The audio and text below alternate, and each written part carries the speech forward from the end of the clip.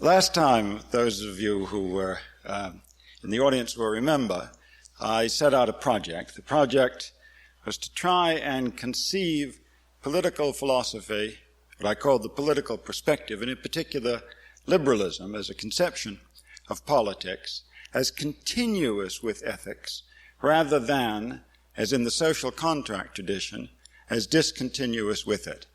And in the course of the argument, I stressed a distinction between what I called volitional well-being and critical well-being, that difference roughly coming to the difference between what I want my life to have and what I should want my life to have. Just at the end, and I'm afraid at quite a clip, I considered two issues having to do with the content of critical well-being. That idea I called mysterious, and I'm sure my discussion of it bore out, at least, that in my hands it was a rather mysterious idea. The two issues I meant to raise just at the end were these. The first is an issue about the source or character of critical well-being. Is this idea of critical well-being the product of living or the performance of living? We can look at a life in two ways. We can look at it as a collection of events, experiences, of impact, of achievements, and we can ask whether these were the events, experiences, and achievements that a life ought to have. Whether, looking at them, surveying them, we can say, yes, a life made up of those is a good life to have led, something in which an agent can take pride. The second way we can look at a life is different.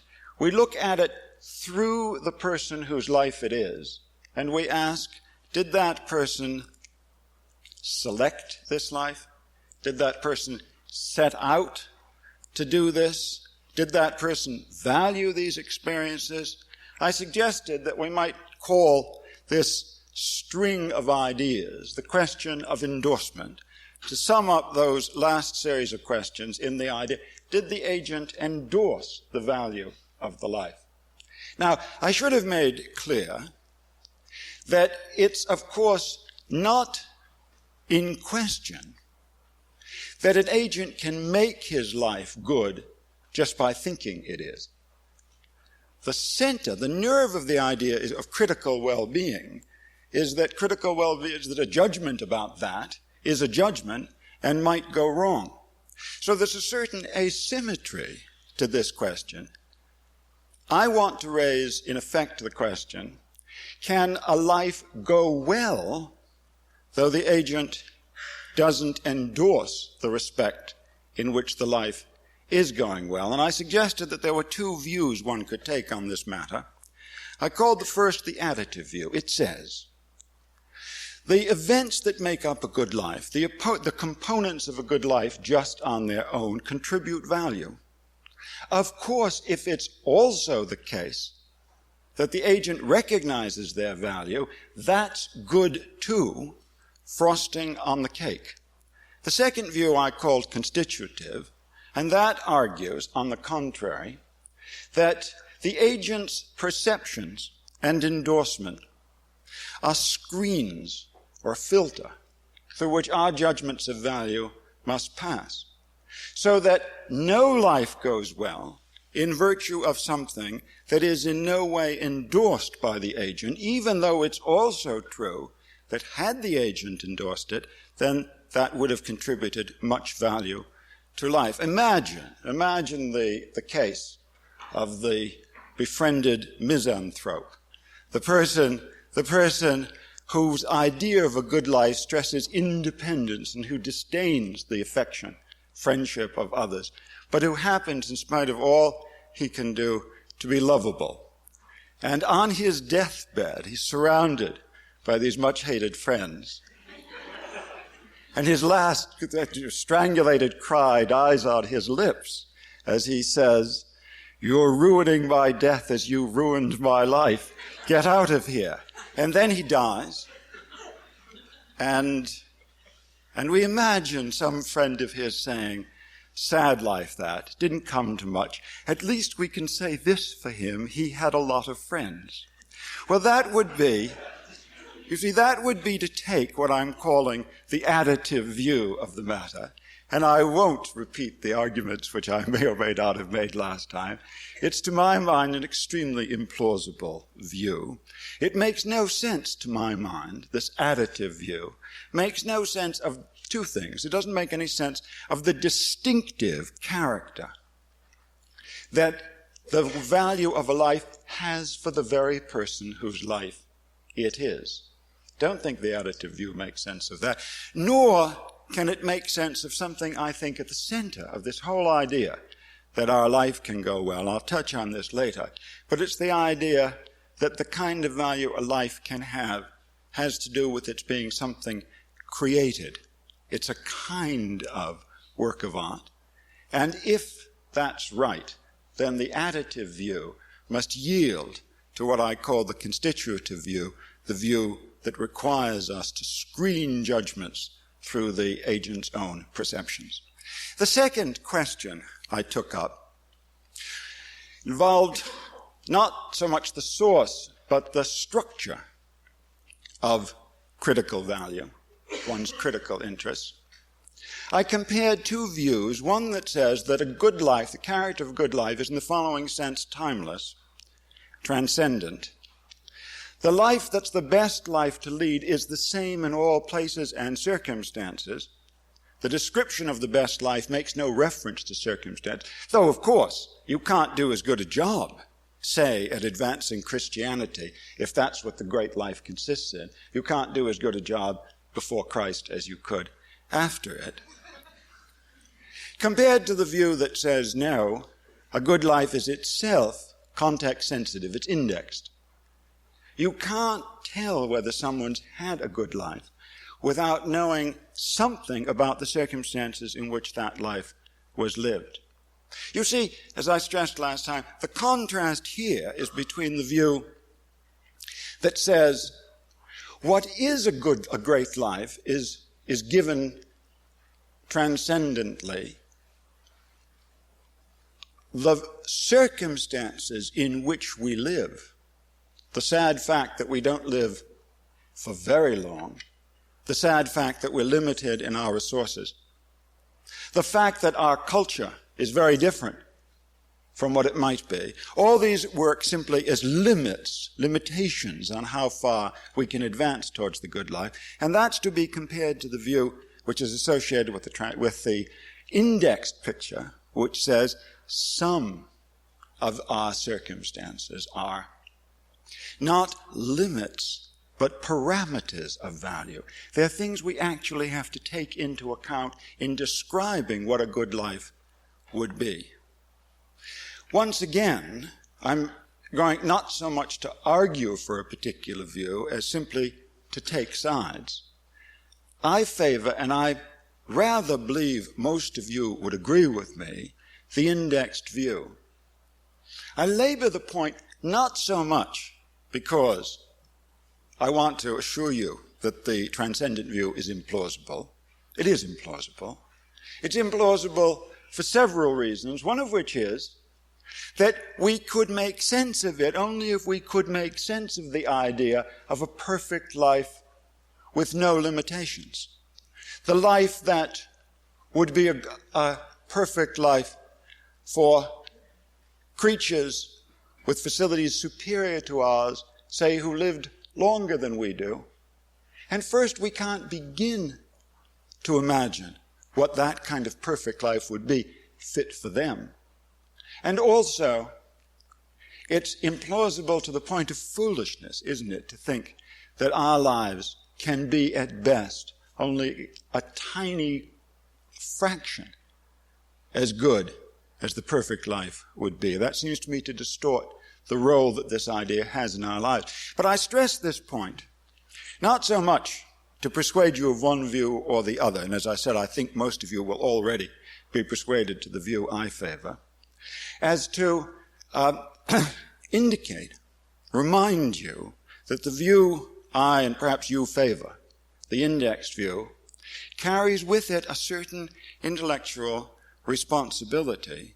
Because now when we think about the good life, when we think, as I argued we do from time to time, about what kinds of lives are appropriate, then we have to describe the question that we're putting to ourselves in something of the following way. We have to say, not what is the good life, but what is the good life for people? And then we have to finish the proposition.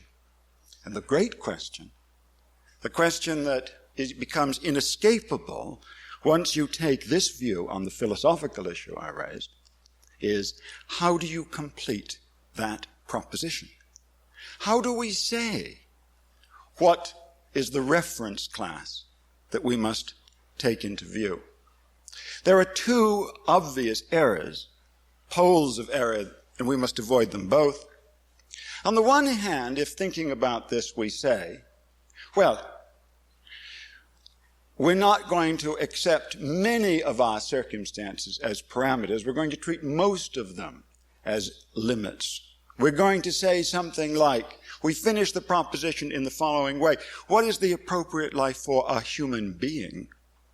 Then it seems to me that we're close to tumbling back into the transcendent view, which I rejected. But if, on the other hand, we make the opposite mistake, and we say, for example, what is the appropriate life for someone situated as I am, say, with wanting the things I want, in the culture that I inhabit, if we pack everything in, then we've destroyed the distinction between volitional and critical well-being, because we've left nothing to be questioned, nothing to be called into question.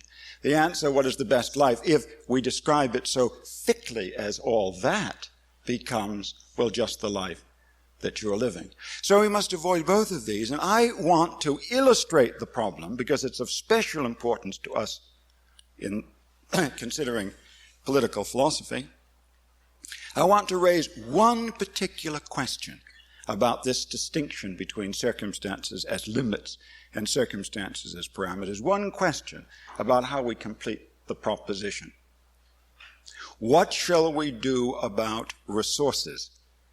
Those things that we need, money, food, shelter, opportunity, space under the law, and so forth. How shall we treat the resources available to us as parameters? Again, there are two errors we'd have to avoid. Again, polar errors.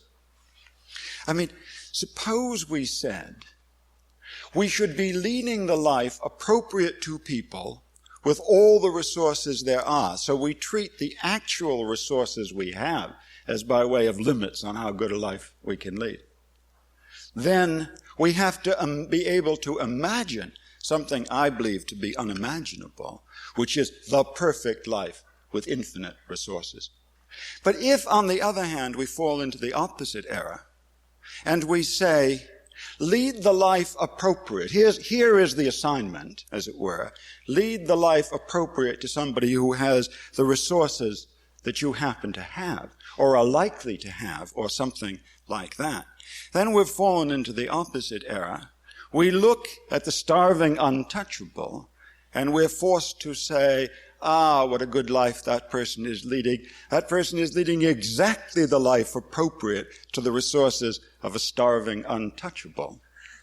And that seems wrong, doesn't it? I have a suggestion. I'm sure some of you will have seen it coming. The way we must finish that proposition, or in any event, the way we should, the way we introduce resources as parameters, is through the vehicle of a theory of justice. We must say, the assignment that we have is the assignment to lead a life appropriate for the resources, or with the resources, that we are entitled to have, with the resources that it's appropriate for us to have. Now, meaning by appropriate in a community where resources are scarce and others have demands. You will see that in this suggestion, I'm taking up a position in an ancient philosophical squabble about the place of justice in ethics. You remember last time I distinguished first-person ethics, or well-being, which we've mainly been talking about, from third-person ethics, morality, which we mainly haven't been talking about. And one strong philosophical tradition, I dare say the dominant one, argues that justice belongs in third-person morality. Justice is among the constraints which a decent moral person will accept, limiting how good a life he can lead out of deference to the claims and demands of others. Plato took the opposite view, famously. Plato said that justice figures in first-person ethics and not third-person ethics alone, so that the person who acted unjustly injured himself, herself. The view I'm taking up supports Plato's view up to a point. I say up to a point because I want to emphasize that this, some of you may think rather Pollyanna-ish view, is meant to apply only to critical well-being. It would be absurd to suppose that my volitional well-being is somehow connected to my theory of justice. It makes perfect sense for me to say what I want, and want very much, is what I know I wouldn't be allowed to have under a just regime. That makes perfect sense. What I'm calling into question is whether it makes sense for me to say my life would be a more distinguished life in the critical sense if led on the basis of resources beyond those that I'm entitled to have. See, I think that this suggestion that I've made explains one strong intuition quite well. It explains why we distinguish between the starving untouchable who says my life is awful because, in the critical way, because I've had to live it in a state of near starvation with no resources to do anything beyond survive, if that. We distinguish between that person and the connoisseur who says my life is miserable because I haven't been able to collect more than 7 or 8 post-impressionist pictures, and I desperately want to. We distinguish between those two and say, now again, nothing moral about this, just about their judgments about how well their own life is going, and we have no sympathy for the connoisseur making the complaint, but every sympathy with the person at the bottom, and that is because we are relying upon, we're feeding into these judgments, assessing their claims with a theory of justice built in. The claim will strike some of you, I'm sure, as less plausible when it goes to the top. That is, when a person says, my life goes worse. And this, of course, reminds one of Plato. My life goes worse if I use more than the resources that are appropriate to me. And I hope that in the seminar we can discuss this problem, as my own view is something like this. Though justice enters into our idea of what a good life is, it's only one component, and it can get trumped. But still, the force of saying that it's a parameter is that when we judge a life, we still must ask, is this a good life responding to the assignment, live a life with resources or appropriate to having resources that you're entitled to have. And it may be that somebody, this is what I presently think, somebody who takes more resources may achieve great success as a result of their injustice, but still the life as a whole has to be judged under the description of that assignment, and it must count heavily against it, at least, that it's invaded resources it had no business occupying. Very well. That's what I wanted to say about the philosophical questions, the questions of abstract ethics. I told you I was turning my back on politics to consider them, and now I want to turn back to politics again. Bearing in mind the 3 ideas that I've stressed. First, the distinction between volitional and critical well-being, and the special importance that some of us, some of the time, attach to the latter. Secondly, the fact that critical well-being has as its source or character the constitutive perception of the agent. And third, that critical well-being must be sensitive to some features of our environment, our circumstances, by way of parameter, that resources are among these, and in my submission, that justice presents itself as the right parameter to scale resources. Those are the three claims I wish you to bear in mind as I turn back now to politics. And I turn back to the conception of liberalism that I deployed last week. You remember I called it liberal equality. And I described its features. Some of you will remember the auction as giving us the sense of an equal division of resources. Remember the fact that compensation had to be paid because of the difficulty of capturing through the auction device differences in talents and other handicaps. And you will also remember, though I'll say more about this in a few minutes, you will also remember the place of liberty in the general scheme of equality of resources. I said last time that there were four leading ideas that I think of as structurally important ideas in this conception of liberalism. And each of these attracts an obvious objection. And I now want, one by one, to consider these four leading ideas and try and assess the objections against the background that we've now constructed. First objection was this. Liberal equality draws an important, indeed sovereign distinction between personality and circumstances. It aims to make resources equal, not welfare.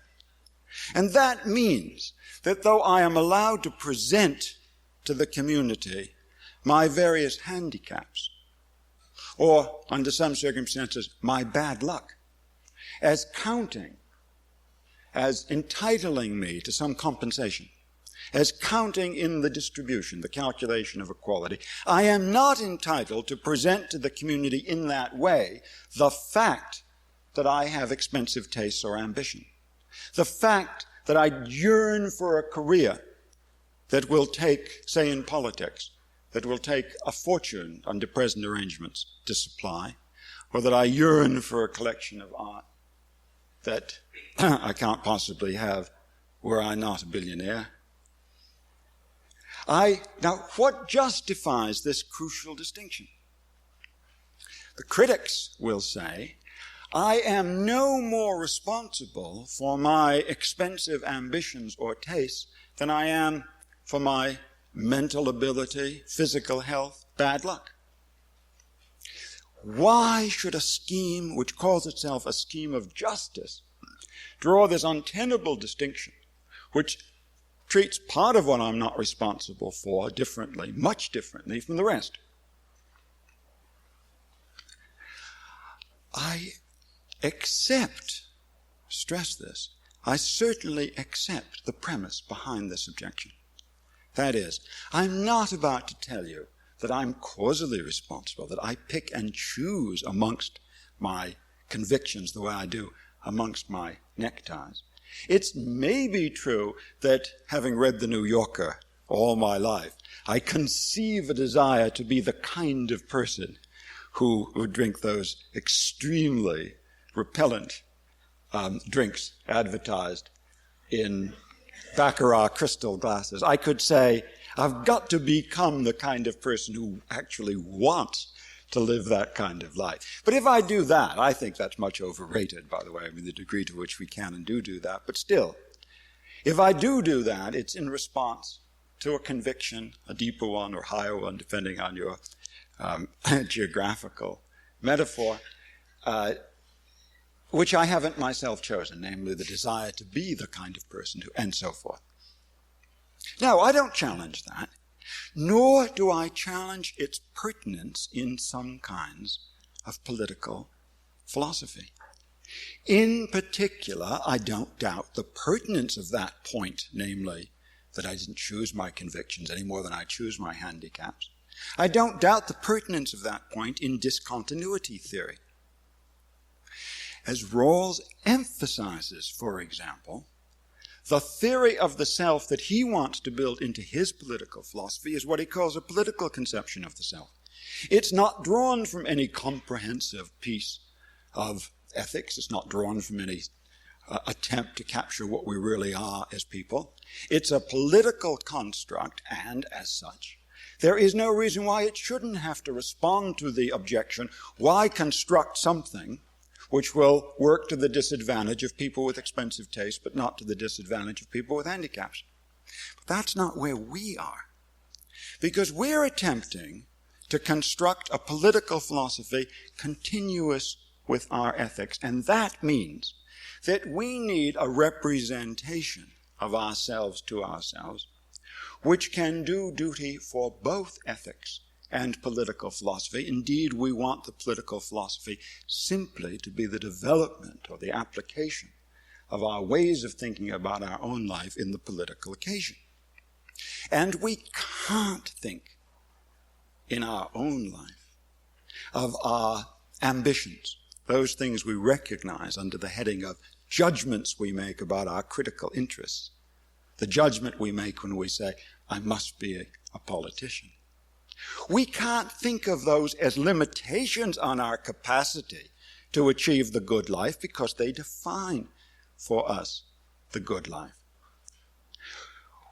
We might, if we thought our convictions were false, then there'd be limitations, but then they wouldn't be our convictions. Now, of course, it is true that people labor under obsessions and other features of personality which they regard from the inside in a wholly different way, not as something entering into their account of what their critical well-being would be, but directly as limitations. I'm not speaking about those.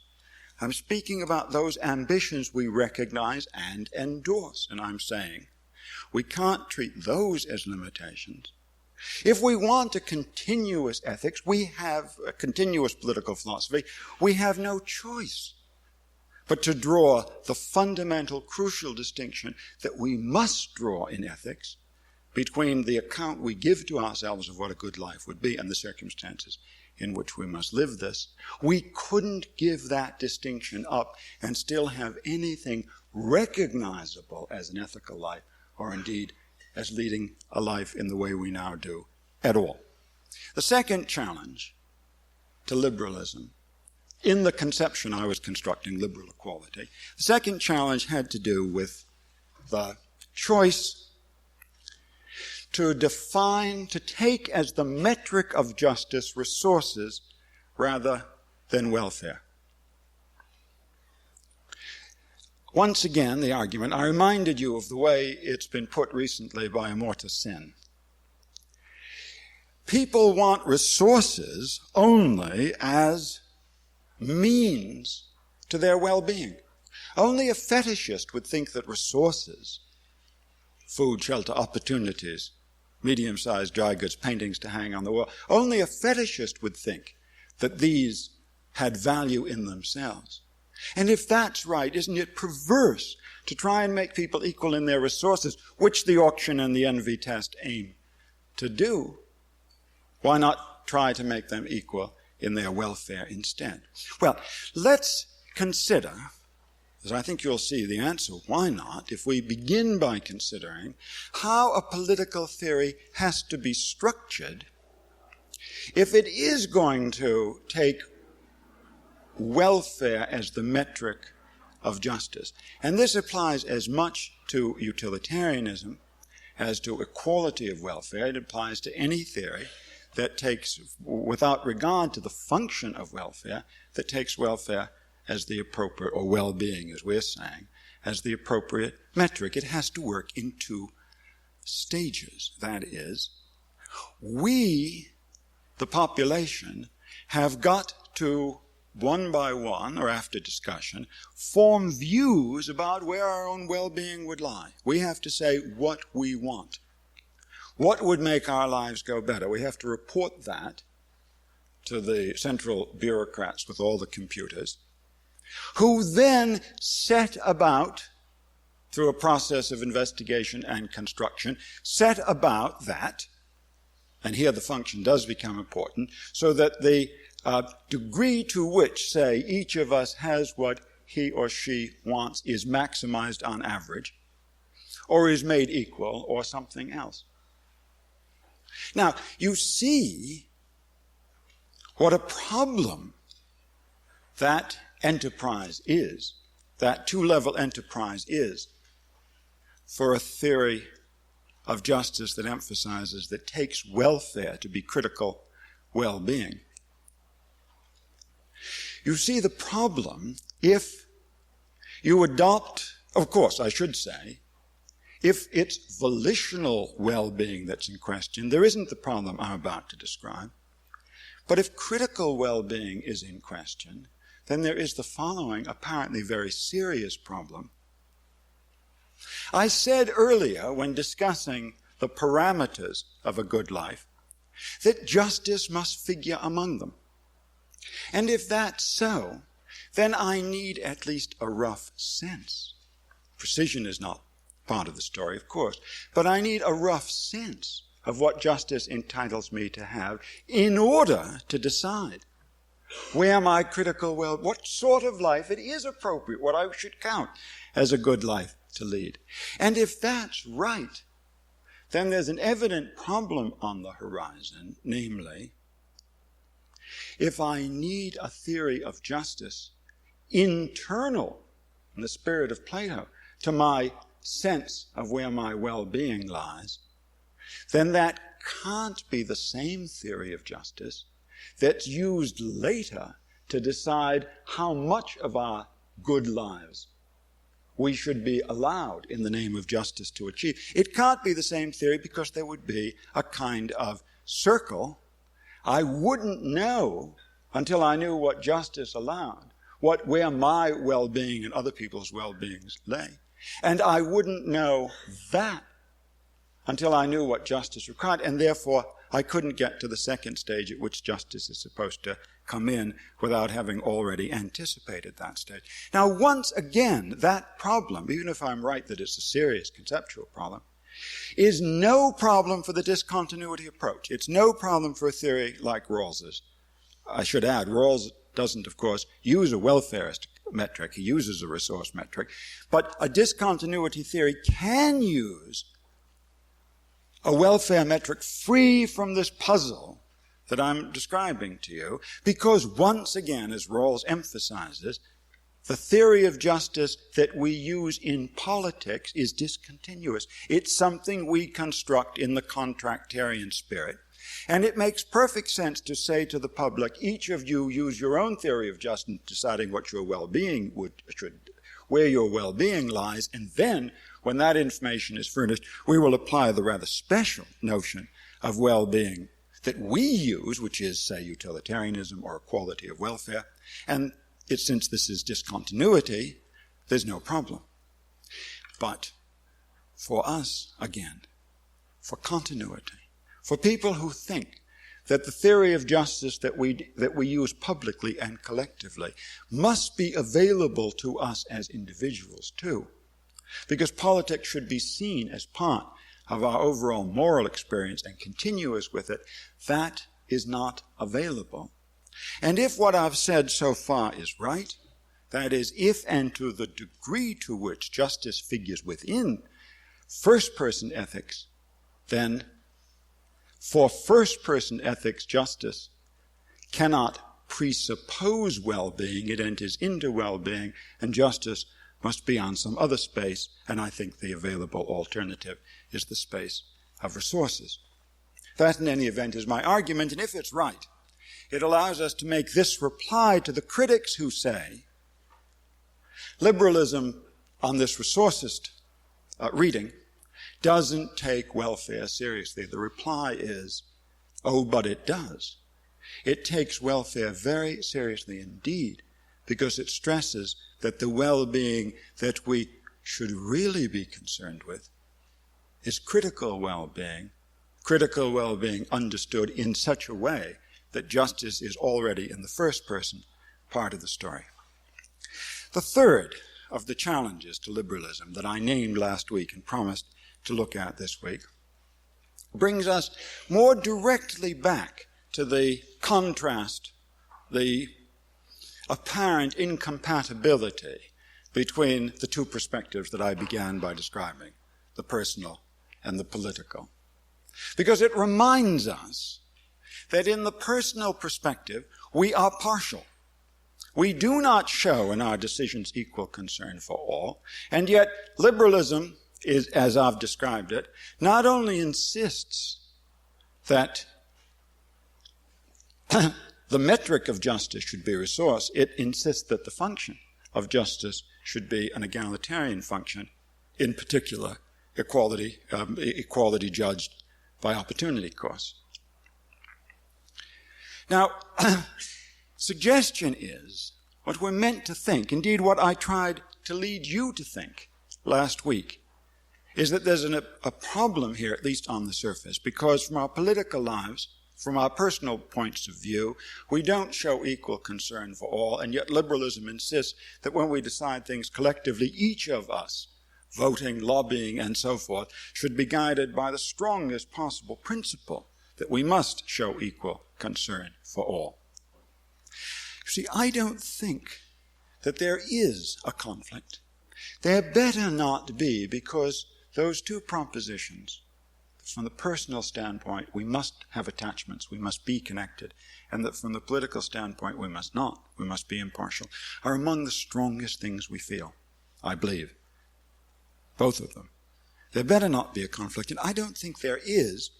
Indeed, I think there's not so much a conflict, but a symbiosis between these, at least understood as ideals. That is, the claim that I'm now making is, as ideals, there is no problem about joining these two, provided that they are fused together in a single, overall, comprehensive position. No problem because if equality of resources were in fact achieved, then, using a phrase I used in answer to a question last time, the goods that each of us would receive would be morally ours. Think back to the auction, that funny, interminable auction, the auction of everything there is. I said that when it was finished, if it ever did finish, the envy test would be satisfied among us. Each of us have, prescinding now from problems about differences in talents that we have to take care of in some other way, prescinding from those problems, each of us has, in the spirit of equality I was holding out, an equal share of resources. But that kind of equality is in no way damaged when I use my own resources, they are mine, really mine, to do with as I want, and the equality is not prejudiced or compromised once it's been realized in the right way by my decision to spend treasure, time, and concern on some people, though not others. That isn't true in general of welfarist theories of justice, because welfare arrangements are too unstable. Nothing is morally mine, because welfare patterns keep changing. And apart from the convenient hocus pocus of two-level arguments, the utilitarian must never rest. But justice, once achieved, genuine equality of resources is not disrupted by partiality using only the treasure allocated to each of us by a genuinely equal distribution of resources. So we might say these two go together. Once we see politics as the extension of our ethical life, we can say it's somehow misleading just to say we're partial in our personal lives, because we earn that partiality by being egalitarian in our political life. That is the avenue through which we reconcile. And I think there are actually technical reasons why equality can be achieved. If by equality you mean equality of resources, only through politics. It can't be done by individual effort to treat all others with equal concern. Now, again, I certainly don't mean to suggest that through this kind of argument we are morally, as it were, off the hook. I mean, resources are not equally distributed among us. I merely mean to suggest that as ideals, these two ideals, the ethical ideal of attachment and the political ideal of equality of concern, are not enemies, but allies. They go together, each, in a way, parasitic on the other. What lessons might we draw? I think there are lessons of two kinds to draw from this. The first, I think, is this. If I'm right in this argument, then considering this contrast adds to the foundational case for liberalism, at least for liberalism conceived in the way I'm calling liberal equality. It adds to the foundational case because it says to us, since you prize, and you do, and you are right to prize, the sense of personal commitment and attachment, all the more reason why you are responsible for creating a just political system in the liberal mode. You have taken, as it were, that on already. Don't blame liberalism for the apparent conflict. Blame our failure properly, even decently, to attempt to execute it. The second lesson, I think, is rather different. I haven't said a word up to now about what you might call the substantive side of critical well-being. I mean, what kinds of lives we actually ought to lead, situated as we all are now. I think there is in the story I've just told a suggestion, at least, about that. The suggestion will have an Aristotelian ring, namely, politics must be part, for any of us, for those of us who live with resources we have no claim to own. Politics, the struggle, and of course, if I'm right, in the liberal interest, must be part of the good life. And that introduces the fourth, that consideration. That is my suggestion that we actually do have an argument here that one kind of life is necessary in interests of integrity. We do have a bridge, it seems to me, to the fourth and final question. The fourth and final challenge about liberalism that I promise to consider, and in many ways, the most difficult and complex of all. The deepest kind of conflict between the two perspectives, the kind that does excite and make us nervous, the kind that appears not amenable to the resolution by symbiosis that I just offered when I was talking about equality, is raised by the problem of liberalism's neutrality. Some of us think the life of the homosexual is degrading. Others think, I wince as I say this, others think that the life of the consumerist who must have the latest gadget, electronics subspecies, is contemptible. We believe these things with great force. They guide us. We can't call them into question. They're things that they belong to a set of ideas such that if everyone called everything we thought about in that way into question, we again couldn't go on with ethics, with living as we know it. And yet liberalism asks us to check all that at the polling station door. To forget these commitments in politics. And that is the final challenge. Is this defensible? For people who know with a degree of commitment and conviction that distances their commitment to liberal politics or to any other politics, people who know things about the good life, which they are asked to forget at the political moment. How can we explain that. I begin with an observation.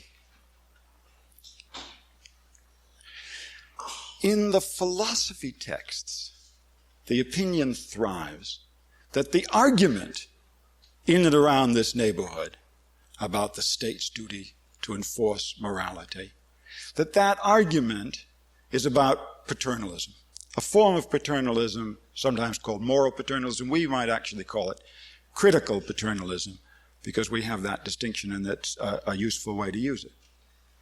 In the real world, particularly in America, and I think this is now true widely in the world, the argument isn't about that at all. In the main, I have spent a good deal of time, well, I brag, some time, in the company of representatives, delegates from the moral majority. And you can take it from me, they are not exercised by concern for my immortal soul. That is not what they are moved by. They just want me to get my sin the hell out of the country that they think belongs to them. And that's different.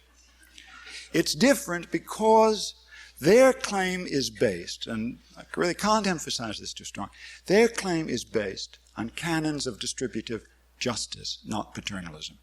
That is, they think that, for example, as the majority of opinion, they are entitled to a moral environment, to moral space in which they can raise their children in convictions about the good life that they favor, in which they can journey free from reminders of what they contemn. It has to do, though you'll think this is a funny way to describe it, it has to do with property rights over the moral space. That's where I believe the battle is, and about that, liberalism has something to say, and I've already told you what it is. Because liberalism rejects the notion of distributive justice latent in that usually inarticulate complaint, we are the majority, this is our country, we can have the kind of moral space we want. To which liberalism replies, you have hold of the wrong theory of distributive justice. Let me tell you about the auction. Because, of course, the auction is strikingly different from the spirit of this rather totalitarian claim the country is ours. The auction is not a winner-take-all. In the auction, people who have different tastes and ambitions, who want to do different things with their lives, who have, let's say, a demand on the physical and moral space in which to do it, take their chances.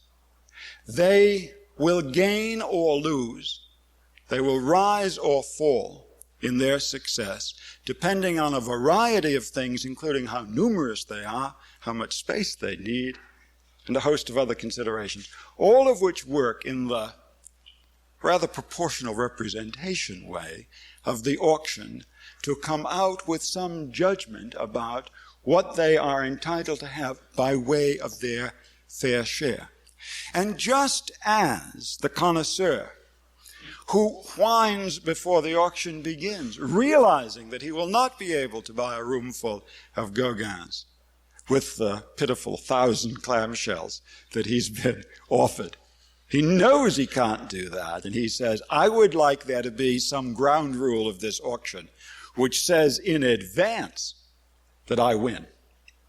To which the reply is, there are no such ground rules. The only ground rule that we can accept as a ground rule that has any prayer of revealing accurate opportunity cost is one of liberty. And we say the same thing to the person who says, I don't want my moral space cluttered up with those homosexuals or those consumer gadgeteers who offend, who are noxious stenches in the sight of good people. We say to them, you are not allowed all the space. A fair share of the space is yours. And how that works out, what zoning requirements we will have to deploy in order to arrive at a fair space for you, we know in advance it's not going to be all the space there is, and therefore we are not going to give it all to you in advance without costing you a single clamshell by setting up the criminal law as the way you want as the baseline for the auction. Now that, it seems to me, is, roughly speaking, the heart of the matter on these debates as they emerge in politics. And I think that's important because I want now to claim the affirmative message of liberalism on this kind of question, on, let's say, the neutrality question. The affirmative message of liberalism doesn't reside in the general neighborhood of autonomy or respect for eccentricity. The affirmative claim, the center of the claim, that which is doing most of the work, is liberalism's normal, egalitarian view of distributive justice. But, though that's an important part of the story and in the literature neglected, it isn't the whole story, because now there does come, back to our two perspectives, now there does come a complaint. And the complaint now takes the following form, assuming the argument's been accepted that I've just made. Complaint now takes the following form: but have you no heart? Justice is not everything. Look at those people. They are leading these horrible lives. Surely don't stand on justice, but go to their aid. And how shall I go to their aid? With the steel of the criminal law. I should come to their aid by imprisoning them, or in some perhaps milder way. That's the argument. And here we have the genuine intersection of the two issues. This is where paternalism does enter the story. It's there, though it comes in later than it normally is thought to do. But we have something to say about that issue, don't we? We have to say, and this will be the main point I want to make about this, that the paternalist argument used about critical well-being in the way it is has made the mistake of believing that the good life is additive rather than constitutive. That is, I refer you back to our discussion about the agent's endorsement as a screen, as necessary, as that which gives critical value, the value of living, its creative structure. And this argument entirely leaves it out, as if somebody his life could be transformed, neglecting the endorsement side simply by beefing up the components judged independently. And that, if you accept what I argued before, can't work. And so, once again, we repair to our ethics and say, if you accept that, then we have diffused the paternalist argument. That, however, is only the beginning, and I think it's the least interesting part of the story. Because anyone who's seriously attracted, thoughtfully I should say, attracted to the paternalist argument, forget the distributive justice point just now, must be looking beyond the life of the person who will be coerced, and must be looking to the lives of others.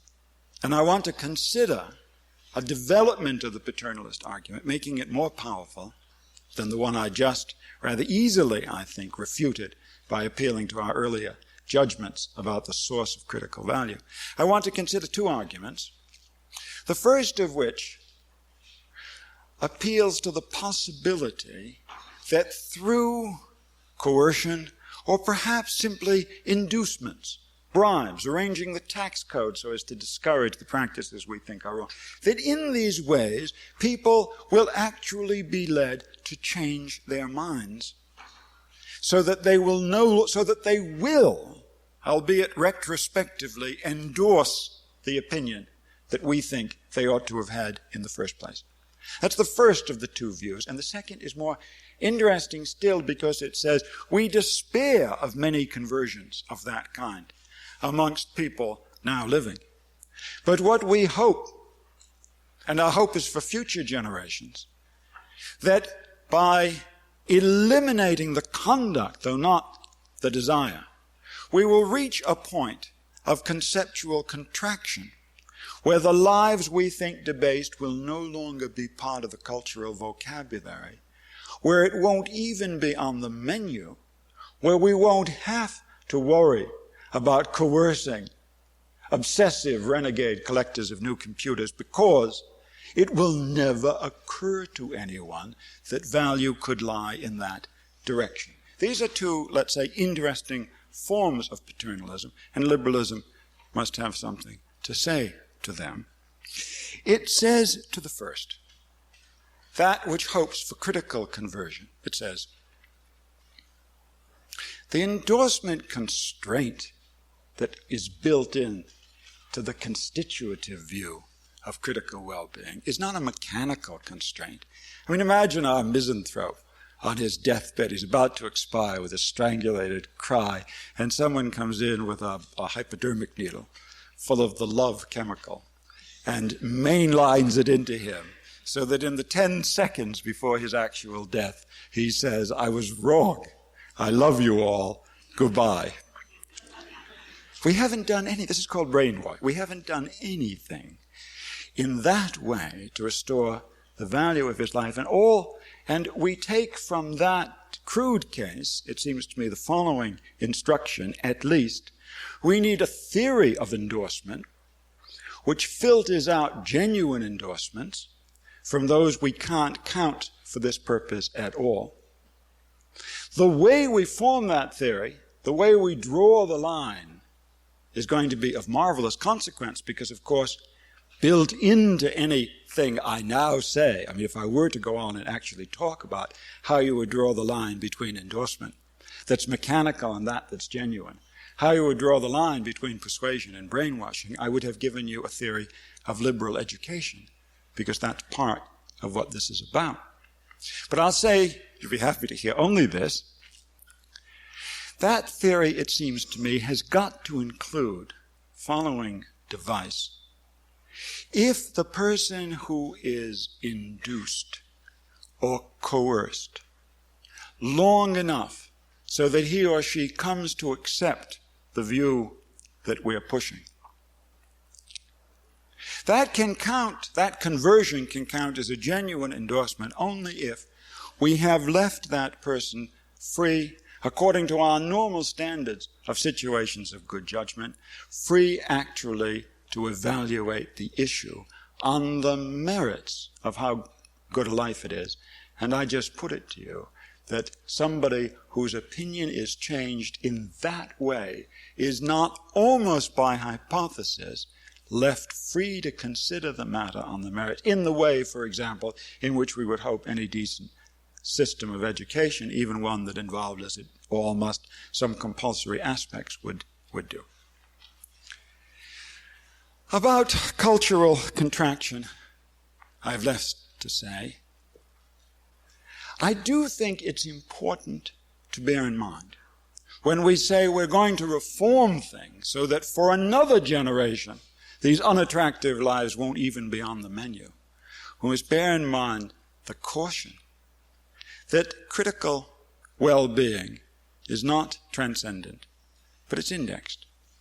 That is, we are in no position to say what will and will not count as a good life at another time and in another generation, or so I think.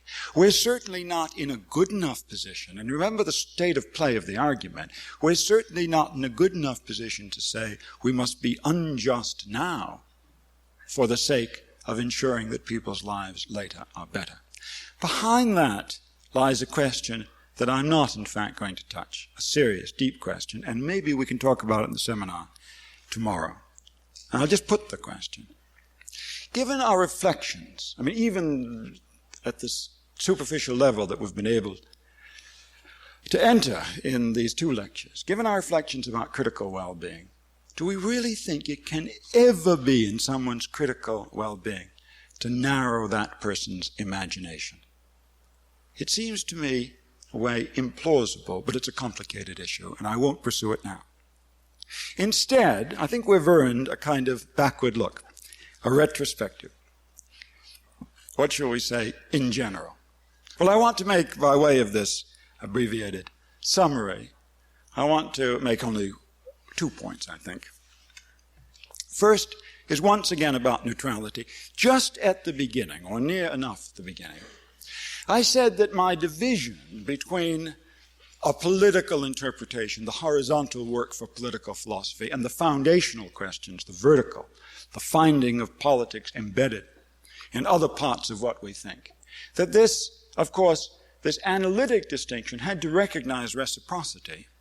And at the end of our philosophical investigations, we would return with a different view of politics. I suggested to you that one illustration of that process would be what I think it's fair to say, certainly in my own intellectual autobiography it's true, a kind of transformation of the idea of liberal neutrality or liberal tolerance. And one of the 2 points I want to make in summary is just to have a look quickly at that again. You remember I said that discontinuity treats liberal neutrality about conceptions of the good, to use Rawls's vocabulary, treats that as a methodological axiom. That's why we construct a special artificial political perspective. But that continuity had to treat neutrality not as an axiom, but as a theorem, as something we came upon at a certain stage in the argument. We have now, at least so I think, done that, and it's time to see where we stand. We stand here, I believe. Liberalism is not neutral philosophically, in the way, for example, in which Rawls holds out that it should be. I have taken positions, I've recommended positions on matters of great controversy about the character, indeed the existence, and then the character of critical well-being. So it's certainly not philosophically neutral. Is it substantively neutral about conceptions of the good, about what I've been calling well-being? Is it substantively neutral about critical well-being? Not in the third person. That is, the argument that I have made is directly addressed to questions about when we improve another person's well-being. And I've reached conclusions, and claim them to be liberal conclusions, that are quite controversial. But liberalism, constructed in the way I recommend, is, I think, neutral in the first person.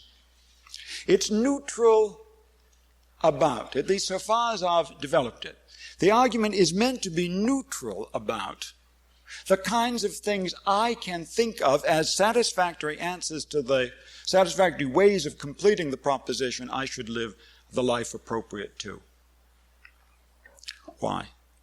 Because any view that I can hold transcendentally, it's true that I said we must reject the transcendental view, but any view I can hold transcendentally, I can also hold as indexed.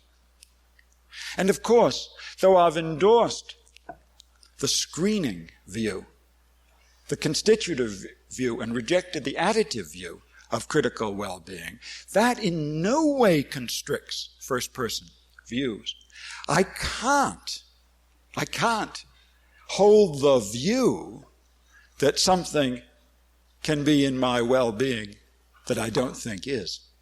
Because if I think it's in my well-being at all, then I've satisfied the requirements of the constitutive view. So I would make the claim that liberalism understood in this way is neutral, but only up to a point and in a certain way. Finally, what have we said that we might stand back and say characterizes liberalism, or at least this conception I've been calling liberal equality? What can we say about it in general? I've been stressing something, and I want to end by stressing it once more, which is the intimate connection between liberalism on this story and the whole idea of critical well-being. The whole idea that politics must respect the distinction between volitional and critical interests and must address itself to this massive question, elusive question, how do we live well? It addresses itself, however, to that question on an understanding about critical well-being, the understanding I've been trying to develop in these lectures, which I think it now fair to call humanist. That is the idea formed of two units. First, that critical well-being is crucial, that it exists, that it's genuine and crucial.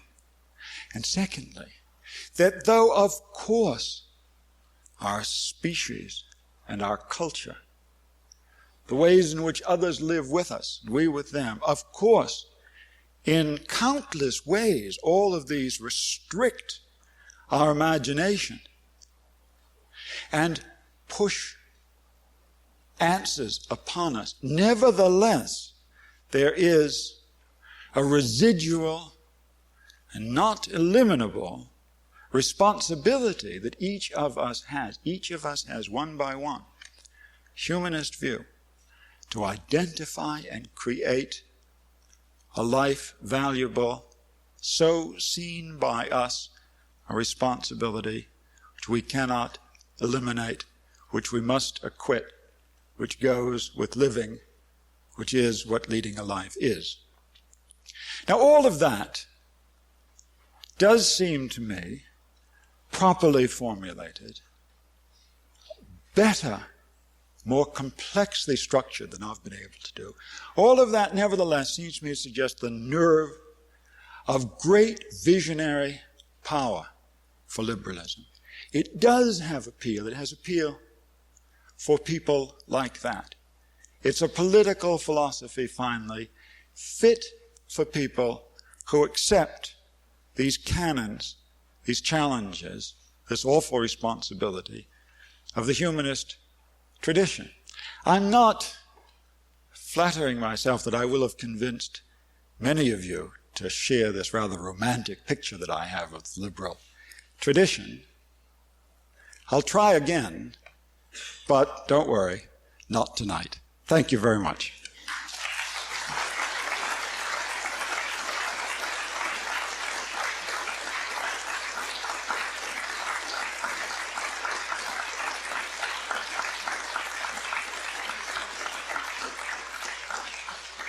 This is just a brief cadence in the evening's program, and Professor Dworkin will now be happy to answer questions or take comments.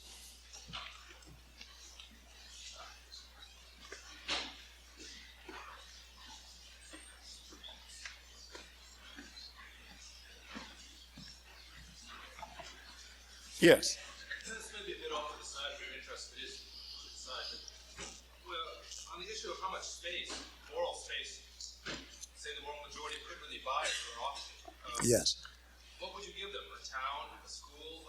What public space at all could they exclude, say, homosexuals or other people they found repugnant from? And if your answer is that they could have no public space, aren't you really saying that they can't buy any moral space in the auction?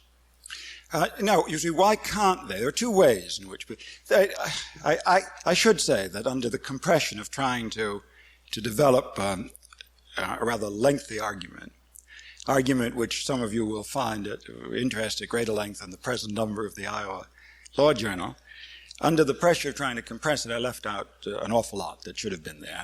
And it is important that there are many ways in which an auction would be developed in the real world. It would have a market side, but it would also have a political side. Now, one way in which people can buy moral space is just by making that private space. That is, excluding people they don't like from their homes, up to a point from joint enterprises of a social sort. I say up to a point because clubs, particularly those with business interests, would be very different. What about the public space? I mentioned a sort of code word, zoning. And to my mind, zoning is an example of something discussed at rather length in the Iowa piece, namely anticipating what a well-structured market would do in the face of market imperfections through devices of regulation, some through the criminal law and some through zoning regulations. But we can replicate through zoning a fair division. I mean, of course, this trammels up an awful lot of argument, but if we can imagine a fair division representing the course of what I want to do to your desires, and reciprocally the course of what you want to my desires, if we can arrive at a judgment about what's a fair decision, there's no reason why we couldn't take care of part of the problem, for example, the exhibition of pornography, through zoning regulations. Beyond that, we might have to take care of the problem with more sophisticated, I keep calling these market-sensitive mechanisms, but the kind of market I now have in mind is very far from the usual one. But we can become more ingenious still and try and draw lines between behavior which is perfectly repulsive on standard grounds to many, many people, and say to the group favoring a way of life that calls for this, that they in turn, instead of it being the case that those who want to exclude them must do so in private, that they in turn must arrange private space for those sorts of activities, and so forth. None of this is easy. I'm merely trying to suggest that if we think about these as problems of justice, of a fair allocation of the space available, that we'll think in a different way from the way we think if we start talking about autonomy and paternalism. Yes? You've spoken this evening as if your account of distributive justice were provided by the envy test and the auction entirely. And I think there must be something else.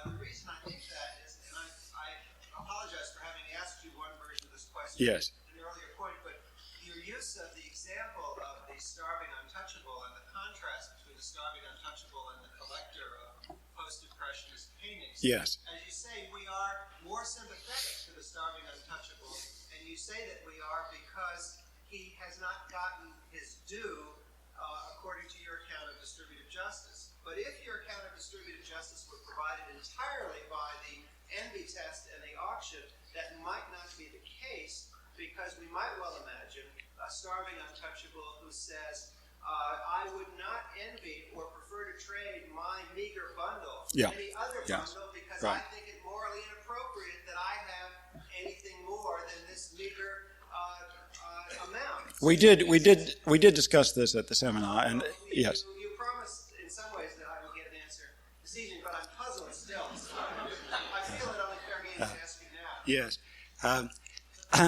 And I confess to having made a mistake. I shouldn't have said, and for purposes of the present argument, if I remembered that conversation, I wouldn't. For purposes of the present argument, the fact that I chose an untouchable adds nothing to the point. So let us make it a starving member of an inner city ghetto who certainly thinks that his share is an unjustly small share. Now, and that's the point that I wished to make tonight, namely, that unless we can parameterize resources in the right way, we can't explain the discrimination we draw. Now, I just invited a lot more trouble by using the example of the untouchable, because, as you say, the untouchable might be someone who says, it's appropriate that I have this. I don't know how that person would behave in the auction, probably give all his clamshells away or something. And as I said at the seminar, and I really can do more than repeat now, for that and many other reasons, the background to the auction has to be filled in rather carefully. The auction is a necessary but not a sufficient condition of distributive equality. That's only one of many problems. If there were, for example, in the background, a law saying homosexuality shall be outlawed, then the auction would still deliver a result, but the result would no more be egalitarian. I was hoping or wondering whether there was some connection between your account of, you alluded to constraint under paternalism. Yes. And there's some account of the conditions of liberty which would apply to the formation of the preference Right. that people would bring to the auction. That's right. I think that there's some connection there, but Well, I'll tell you what the connection is. Last week, I said there were three rough, unrefined attitudes or dispositions that characterize liberals. Well, I talked about two of them in the lectures. I talked about the first and the third. The first was egalitarianism, and the third was a kind of neutrality or tolerance. The second, you remember, was a list of certain specific rights, which we familiarly call the liberal rights. And that's where the connection is. That is, the background to the auction, when we fall back on that story as a way of illustrating the structure of the idea, falling back on that story, the background of the auction has got to have in it provisions that, in the word I use in the Iowa piece to describe this, provide authenticity for the preferences that people bring to the auction. And that, I think, though there are many other reasons why liberals want freedom of speech and discussion, that's certainly one of them. Now, I would, as I said in the seminar, I would have to think very differently about somebody who had the view that you ascribe to the untouchables, namely the ascetic who says, I don't want very much, I don't deserve very much, and so forth. I would think very differently about that person's position if those views were formed in an atmosphere which I thought was congenial to reflection, where superstition, ignorance had been removed, opposing views invited, and discussion held place. That is the normal liberal stuff. If that view survived that kind of an atmosphere, I would not reject it. That is, I don't want to screen it out. I simply want to be sure that it's a reflective view, held not on the basis of false information, so far as we can help, and after due opportunity for reflection and argument. So the suggestion about the untouchable is that the poor untouchable is the victim, not just of poverty, but the victim of a kind of ideology which wouldn't stand the light of day. Well, let's see if it doesn't stand the light of day, if it can't survive for him in circumstances of fair investigation and discussion, then it will be eliminated in the auction.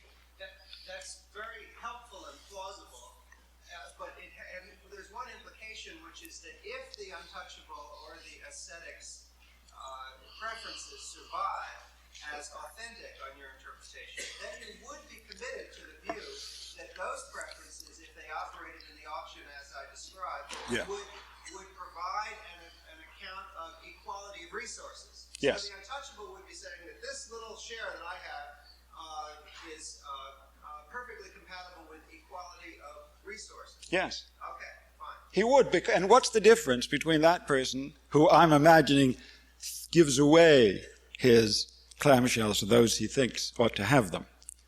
What's the difference between that person and the person who participates with full-blooded vigor in the auction and then gives the stuff away afterwards? That's fine. It just sounds odd as an interpretation of the... Well, it sounds odd because by bringing in the untouchable, you bring in the suspicion. Bernard, yes. Could I ask you just to expand on what you made in passing, which I didn't follow, which was about, I think it was in the part of your remarks where you were, as it were, reconciling liberal equality of resources with a personal sphere of expressed personal protection. Yes. And you made a remark that under your view, things could be morally mine after the auction. Yes. Which presumably meant, or it seemed to follow the argument, that meant that I could actually definitively do things with them, as opposed to views of equality of welfare, where I'd always have to be vigilant in the system. Something like that, yes. Which reminded one, obviously, I believe, had in mind of Nozick's celebrated objection about the constant tinkering Yes. with any egalitarian system. Exactly. Now, but what I would be grateful if you'd say a bit more about is what your practical consequences are from that position. Because it seems to sound as if it meant that since these resources are morally mine, it's presumably in my power to alienate them. But if I alienate them, particularly across generations, then presumably I then am precisely confronted with the nosing problem, that is, that I have an additional legitimate transaction, each of which is expressive of the alienation of what is morally mine, somebody else. And the action is done with what anybody would regard as an inequality, not just welfare, but resource. So it looks as if the problem which nosing fingered in all egalitarian systems Right. would prima facie apply much to this one. Well, it's a different, but it applies, if at all, in a different way. And I think it is important to see that Nozick's argument, though perfectly fair, addressed to many theories of justice, was quite off the target addressed to the particular theory to which he addressed it, namely Rawls's, which was a resourcist argument, theory. That is not calling for constant tinkering. Now, because having some worry about intergenerational transfers is not constant tinkering. You needn't fiddling all the time. You can pick a particular point or two and only intervene there. But what that does bring out is that something of more general importance, and I should have made this plain, even under the unreformed personal perspective, there is a limit to how much concern we can show towards those to whom we are specially attached. I was taking on the view that, I was merely noticing that we think ourselves entitled, and in my view rightly think so, to show some special regard. But of course it doesn't follow that we must show, even from that perspective, no regard for anyone but those that we feel special connections with. Now, I think that point can be generalized into a point that gives us guidance about intergenerational transfers, about wealth accumulations.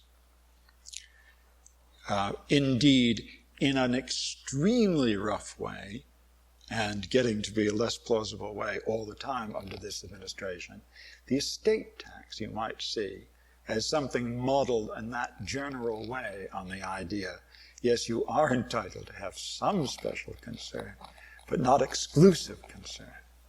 I don't, if I had described the personal perspective more accurately, I would have put that qualification in. And with that qualification in, I don't think Nozick's point is a threat. Well, sorry, I don't want to go on. Yes. Can I just say one further thing, which is that I absolutely agree with you about that. Of course, I agree that Nozick's argument is absurd in the sense that simply no argument is against occasional Right. Yes. I quite agree. But what I'm still not quite clear about is why you think there's such a dramatic difference in the answer to be given to this problem under the resource metric rather than under the welfare metric. It seems to be somebody who believed in equality of welfare would make exactly the same. That's the point. Yes, I see. Well, the inequality that comes, let's take a rather simple model. I am prosperous. The resources are divided up, and you, for your own best reasons, wish to become a philosophy professor, and I wish to become a Wall Street lawyer. Though each could have done the other. Well, not as well, but still. So, off we go on our careers, and I, as we used to say in my trade, make a pile. You don't, sad. And I then give it part of this pile to my son. Now, you don't have any less, let's say, depends how you describe this, but you have an equal share of the resources. It is no longer true, something has happened, it is no longer true that the opportunity cost of everybody's bundle is the same. But it is true, and this is important, that your share has not been invaded by this transaction. You have no less than if I had consumed it all myself.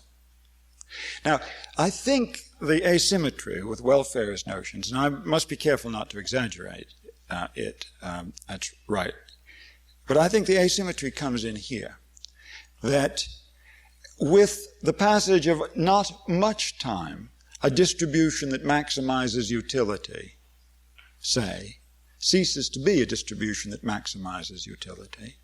So that it's no longer true. If a new distribution on utilitarian lines would give me more, it's no longer true even that I have no less than I was entitled to have under the welfare side. That's what I meant by a kind of instability that doesn't take place on the resource side. Yes, Professor Arrow. This idea of the proposed distributive justice with regard to morality Yes. is a very intriguing concept. And you suggest this idea of some kind of voluntary segregation, that if you go through this auction procedure, one of the problems is the goods are being distributed of externalities. Yes. And you're meeting that problem by segregation. Right. By having segregated, which was zoning. Yes. Now, presumably one aspect that concerns, indeed as you yourself described it, different groups with different senses of morality, is the effect of preference formation. Yes. Particularly on, let's say, the children. Yes. You see this very plainly in minority religious communities, Amish, Orthodox Jews, and so on. And now, is segregation, what I'm getting at is one of the, I guess what I'm edging toward is the big question of the implication of liberal ideas for education, the formation of the preferences of the next generation. Yes. Do we authorize dozens of school systems, separate, self-perpetuating communities? This seems to offer some kind of a challenge. Yes. To liberalism. I want to, and whether it can be done or not, I mean, I don't have a theory of it. I just know, I think I'd recognize an attractive one if I saw it, but I have never seen one. What one wants is two things. First, no interference with a wide variety of people arguing, attempting to persuade, offering models. It's no part of my version of liberalism that novels shouldn't be written trying to counteract the parental influence, or that the parent shouldn't say that's a rotten novel, right? So one ingredient of a desirable theory of education is that it encourages attempts at persuasion. But another ingredient is that it leaves people free to judge on the merits, and that the theory should argue against interventions which are likely to alter convictions and preferences other than for good reasons. I mean, for what are perceived in the way of reasons for changing one's mind. So that is, you want to encourage argument and you want to discourage other kinds of influences. Now, that's utopian, but certainly utopian below a certain age. Because below a certain age, presumably, this distinction I keep emphasizing between getting someone to think something and persuading that person to think it, we lose our grip on that distinction below a certain age. But I don't know what that age is. And certainly by the time of junior high schools and high schools, I believe education should be like that. So that education, you might say, should provide the other side of the story to the parents' side of the story. But without, and this does come to, we are reminded of the Supreme Court's decisions in the Amish cases, without in any way interfering with the parents' right of access. So we want multiple access. We don't want anyone banned, but we don't want anyone to occupy all the argumentative space. I don't know. That's a utopian kind of description. It's not a theory of education, but that would be the ideal. Yes.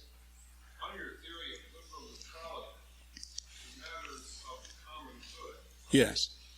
How or whom ought I to love outside of my own close associates?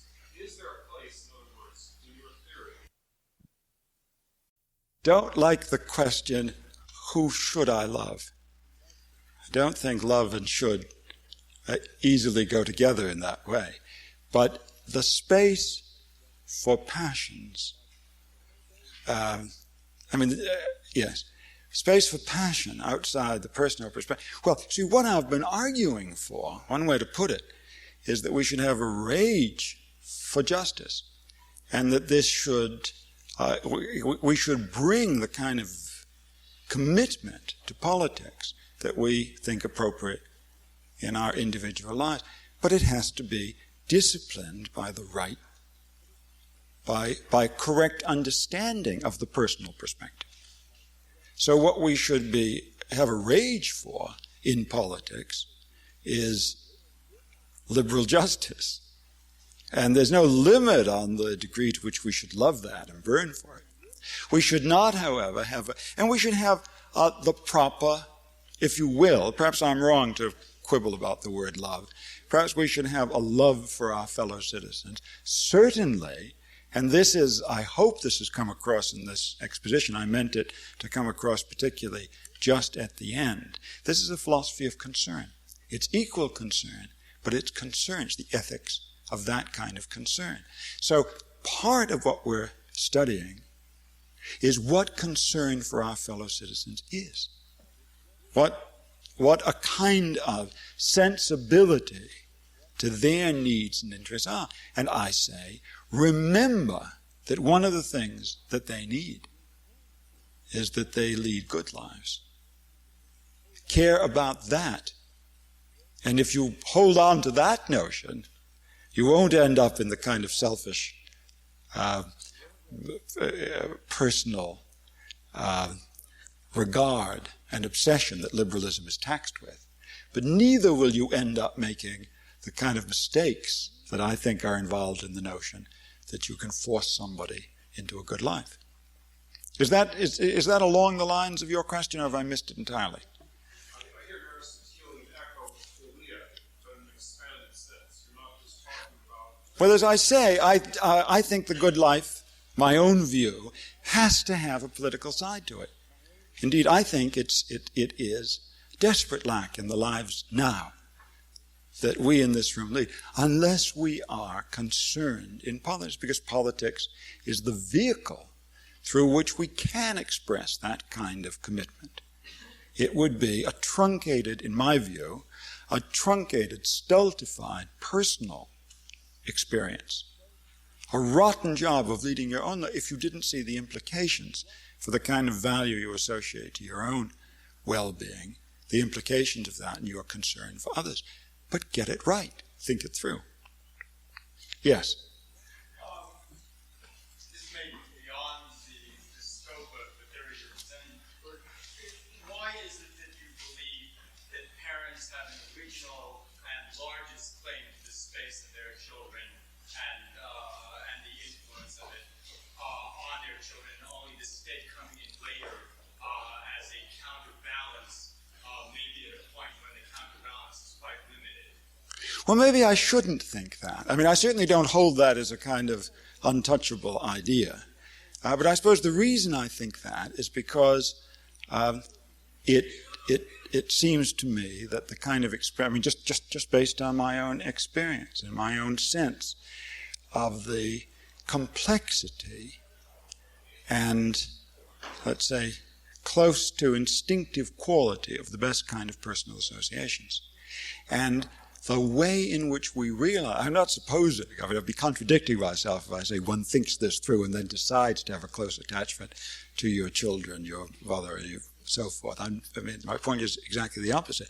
But we couldn't hope to replicate that kind of intense commitment which has the biological side, the genetic side, the continuity of association, the distinctiveness, all of the economic consequences. Couldn't hope to recapitulate anything that thick through the intervention of politics, I think. And if that's right, and if it's desirable that that kind of association have an important role in your life, as well as the sexual and romantic associations that are chosen later, then I'd hate to give that up. But I should repeat what I started that answer with. I haven't thought it through, and it's not something I'd be prepared to defend come what may. Yes? I'm a bit puzzled about your account of liberal rights. And we all know what they are. We list them, but I'm searching for a principle by which one divides the liberal rights which are somehow higher from those things which are available in the auction. Can you help me out with that? Really, I think it would be better if I asked you to read that apparently unobtainable article that I've mentioned so much, because one of the reasons why I didn't take up the question of rights here is that I had tried to explain the place that rights play. All I can say now is that we have to worry about getting the background for the auction right, and getting that right involves making decisions which are best replicated in actual political structures through rights. I think we ought to have one more question. Is that, if that's agreeable? Would you like to have a supplementary and make? Yeah. You want to get the background for the auction right, but maybe you can give us some idea of what getting it right means. Okay. All right. A little of an idea, because it's late.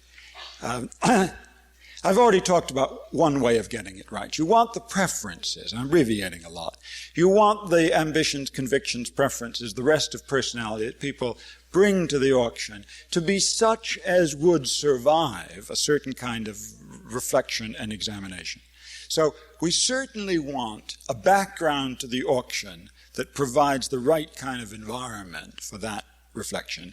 And I think we can see a lot of the rights that we particularly care about in that way. That is, freedom of speech, association, press, and so forth. That's just an example of a kind of argument for a right. There are other kinds of things that we have to worry about as background. I'll give you another kind of example. We have to worry about the form in which goods are presented at the auction.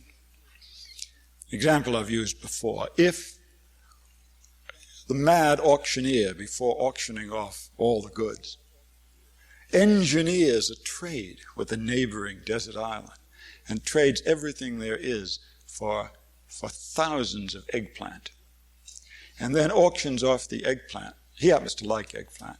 The envy test will be met. There will be equality of resources, but no one could regard that as egalitarian. And a lot of, I don't think rights come into the story, but a lot of the background structure, pre-market structures, have to do with making sure that goods come to the market in a fair form. Those are just two examples of the kind of thing. They're meant to illustrate this. The argument has to go in the following way. At least I think the argument, this part of the general theory I'm trying to develop, has to go in the following way. We construct the auction. We then imagine consequences coming out of it, which, in spite of the fact that the envy test is satisfied, strike us as unfair. And these have to do, as Professor Arrow pointed out, in large part with externality, not exclusively, but in good part with externalities of one sort or another. And then we construct a background to the auction to prevent those results. And I'd resist the idea that this is circular, because we want to construct the background out of elements that have an independent appeal. And I think, for example, free speech does have an independent appeal. The structure helps to explain the place that this occupies. It adds to the case for free speech, if you will, but it doesn't make a case for any old thing that we dragged in that would produce the result that we wanted. I think we have to stop there. Thank you all very much. I've enjoyed these lectures.